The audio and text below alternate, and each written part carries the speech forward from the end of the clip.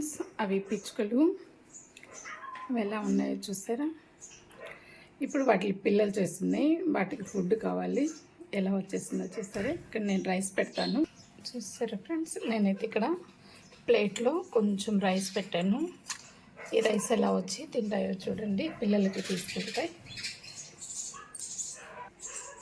చూసారు ఫ్రెండ్స్, వచ్చేసింది అది. ఎంత చక్కగా అది ఉందో. అక్కడ ఒక గూడు పెట్టింది ఫ్రెండ్స్.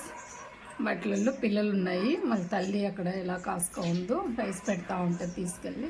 ఇక్కడ కూడా పిచ్చుకలు ఉన్నాయండి. చూసారా, పిల్లలు అరుస్తున్నారు. అవి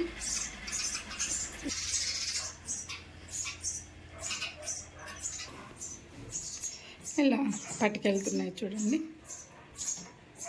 పిల్లలకి అవి తీసుకెళ్ళి ఎలా అందిస్తున్నాయి చూడండి.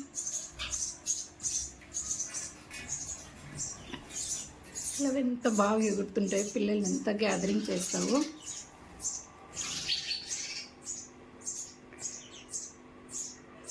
ఇవి మా ఫ్యామిలీలో ఇవి కూడా ఒక మెంబర్ అయిపోయినాయండి. చూసారా, పిల్లలు ఎంత బాగా సౌండ్ చేస్తూ ఉన్నాయో. చిన్న పిల్లలు అండి అవి. అవి బయటకు వచ్చినప్పుడు కూడా ఇంకొక వీడియో తీస్తాను.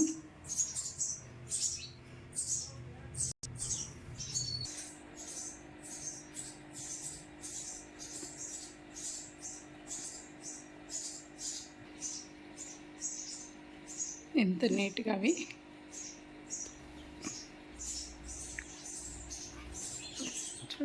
ఇక్కడ కూడా ఇంకొక పిల్ల ఉంది.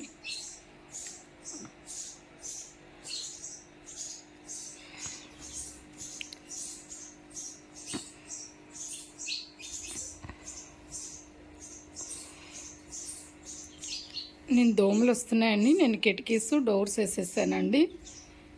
అందువల్ల ఇవి వాటి పిల్లలకి బయట నుంచి ఫుడ్ తెలియకపోతుంది.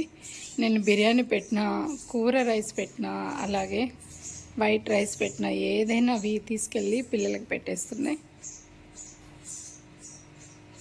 కొంచెం తింటే వాటి పొట్టలు నిండిపోతాయి. నాకు చాలా సంతోషం అండి. ఇవి ఇంట్లో ఒక మెంబర్ లాగా అయిపోయినాయి. చూడండి చూడండి.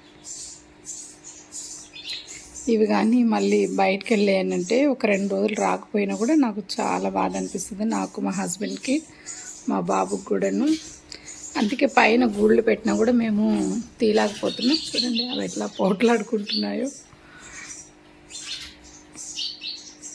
పోటీ మీద వాటి పిల్లలకి పెడుతున్నాయండి.